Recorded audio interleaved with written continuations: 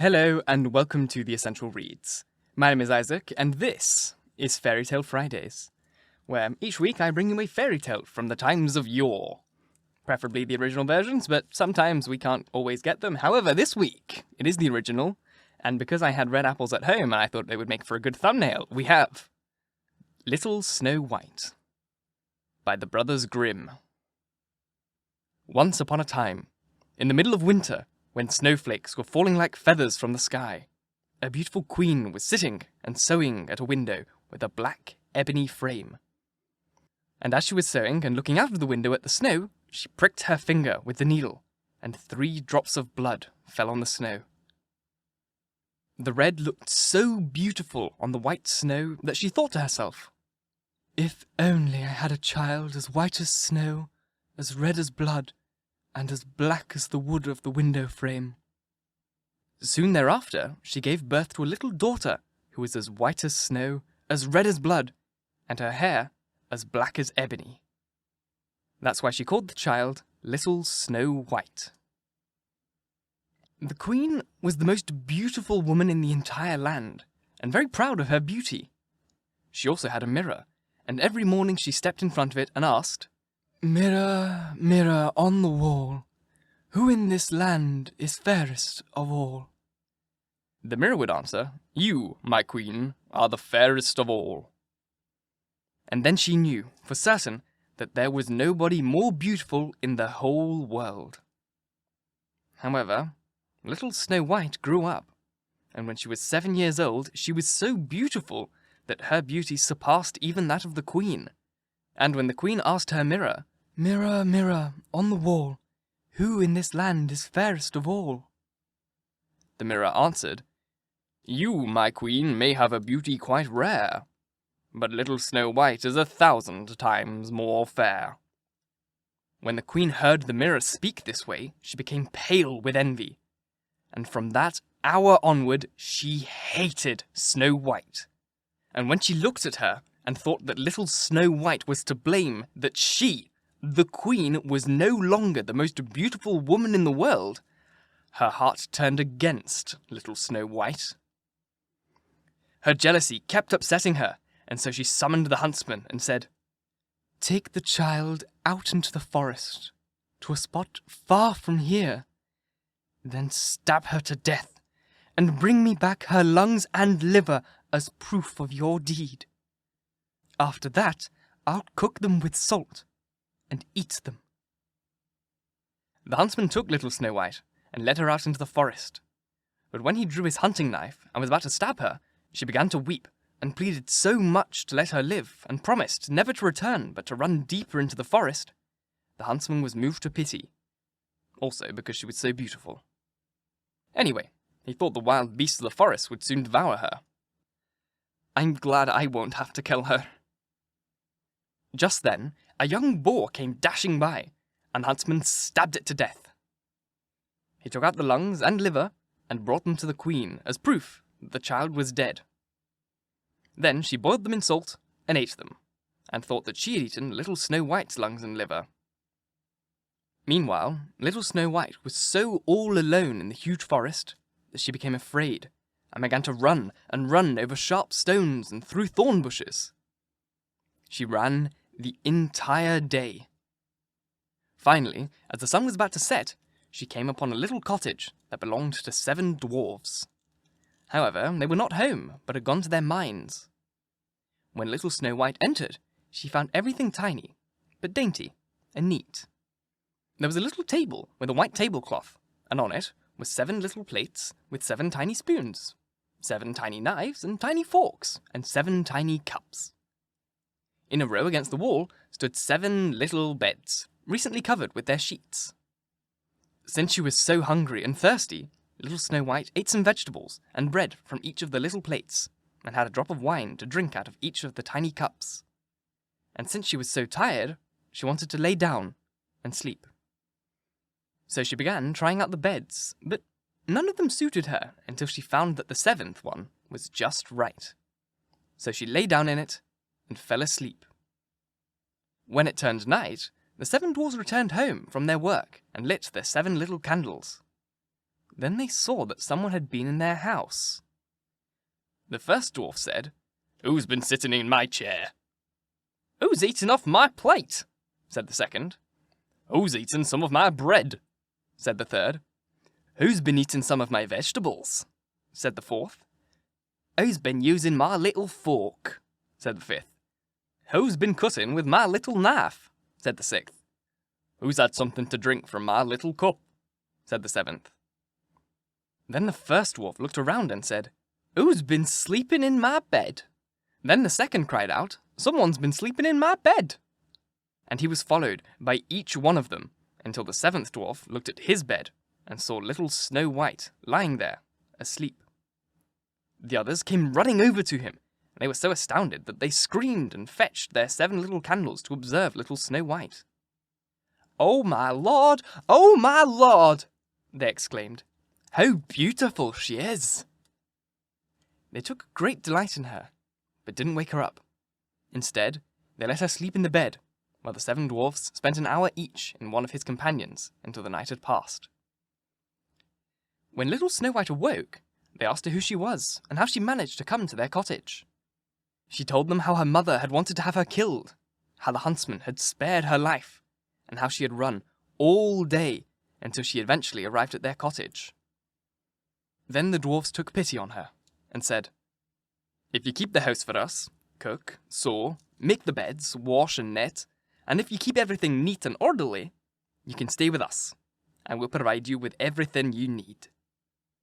When we come home in the evenings, dinner must be ready. During the day, we're in the mines and dig for gold. You'll be alone. You'll have to watch out for the queen and not let anyone enter her cottage." In the meantime, the queen believed that she was once again the most beautiful woman in the land, and stepped before her mirror and asked, "Mirror, mirror on the wall, who in this land is fairest of all?" The mirror answered, "You, my queen, may have beauty quite rare, but beyond the 7 mountains this I must tell. Little Snow White is living quite well. Indeed, she's still 1,000 times more fair." When the queen heard this, she was horrified, for she saw that she had been deceived and that the huntsman had not killed little Snow White. Since nobody but the 7 dwarves lived in the 7 mountains region, the queen knew immediately that Snow White was dwelling with them, and began once again plotting ways to kill her. As long as the mirror refused to say that she was the most beautiful woman in the land, she would remain upset. Since she couldn't be absolutely certain, and didn't trust anyone, she disguised herself as an old peddler woman, painted her face so that nobody would recognize her, and went to the cottage of the 7 dwarves, where she knocked at the door and cried out, "Open up! Open up! I'm the old peddler woman! I've got pretty wares for sale!" Little Snow White looked out of the window. "What do you have for sale?" "Stay laces, dear child," the old woman replied, and took out a lace woven from yellow, red, and blue silk. "Do you want it?" "Well, yes," said Snow White, and thought, "I can certainly let this good old woman inside. She's honest enough." So Snow White unbolted the door and bought the lace. "Oh my goodness, you're so sloppily laced up," said the old woman. "Come, I'll lace you up properly for once." Little Snow White stood in front of the old woman, who took the lace and tied it around little Snow White so tightly that she lost her breath and fell down as if dead. Then the queen was satisfied and left. Not long after nightfall, the dwarfs came home, and when they saw their dear Snow White lying on the ground, they were horrified, for she seemed to be dead. They lifted her up and saw that she was laced too tightly, and they cut the stay lace in 2. At once, she began to breathe a little, and after a while, she had fully revived. "That was nobody else but the queen," they said. "She wanted to take your life. Be careful. Don't let anyone else enter the cottage." Now the queen asked her mirror, "Mirror, mirror on the wall, who in this land is fairest of all?" The mirror answered, You, my queen, may have beauty quite rare, but little Snow White's alive, this I must tell. She's with the dwarves, and doing quite well. Indeed, she's still 1,000 times more fair. The queen was so horrified that all the blood rushed to her heart when she realized that little Snow White was alive once again. So she began thinking day and night how she could put an end to little Snow White.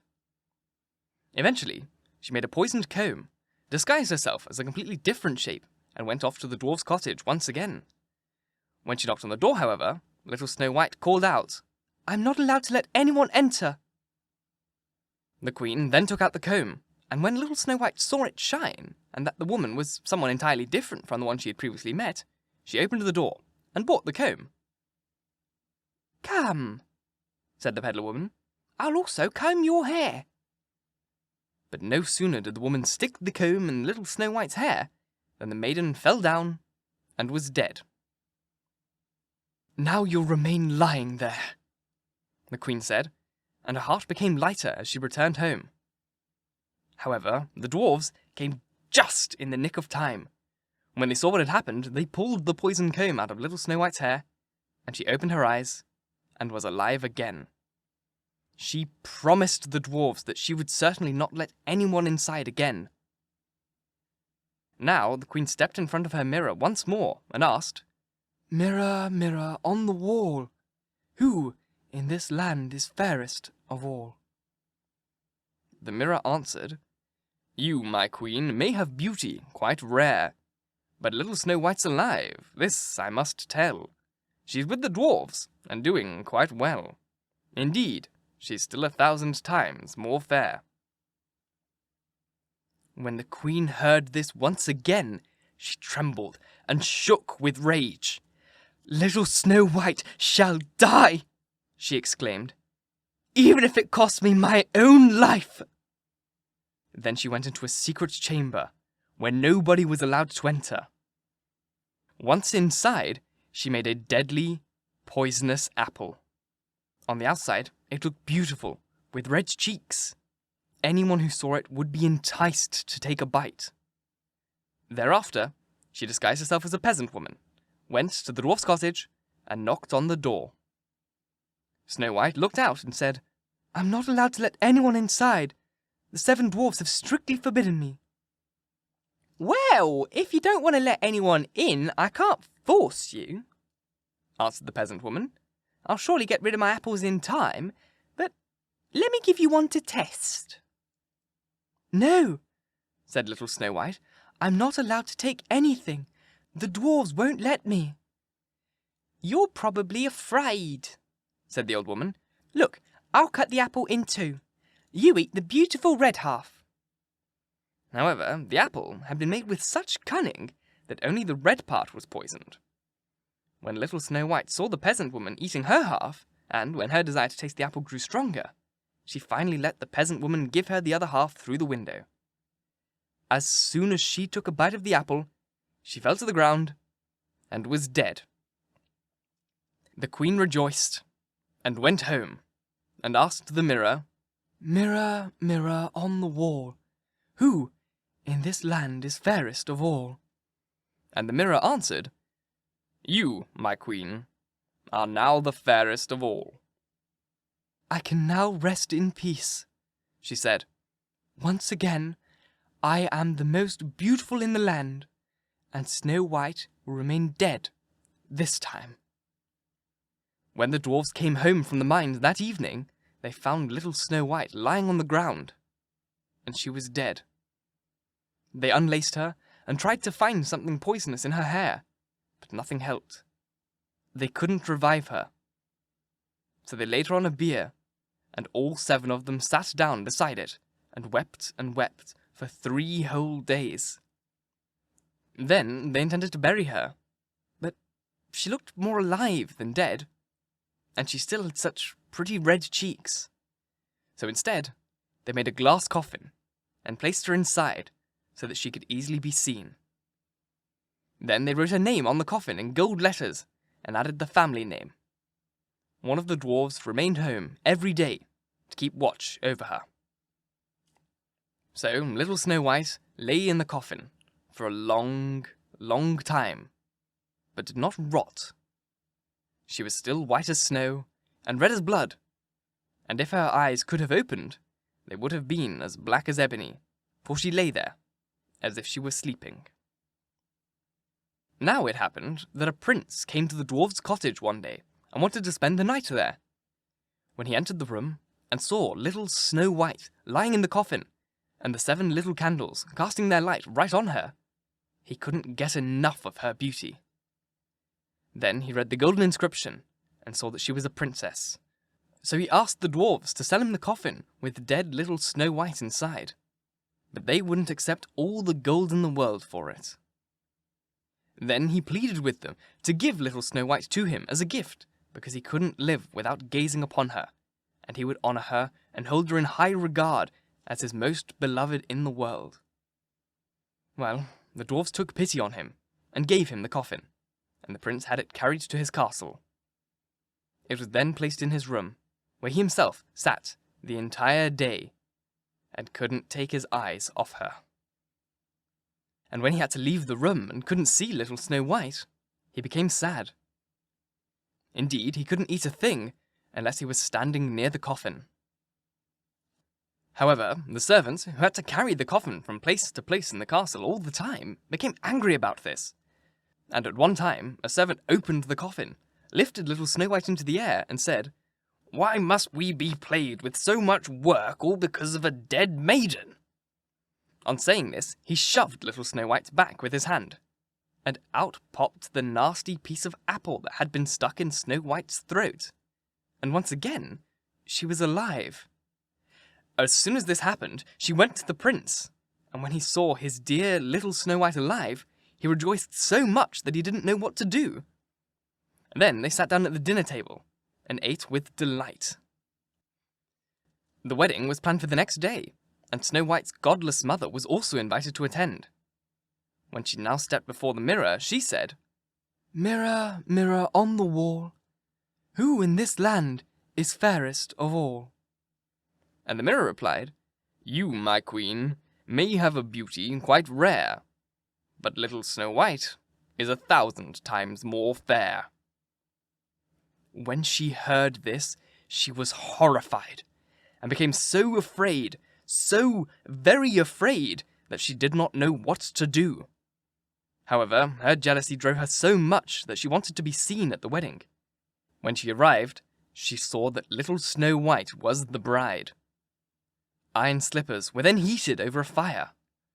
The queen had to put them on and dance in them, and her feet were miserably burned. But she had to keep dancing in them until she danced herself to death. The end. Thank you so very much for listening. If you enjoyed, please like, comment, share, all that jazz, and if you really enjoyed, do join the channel, because I will bring you a new fairy tale each Friday.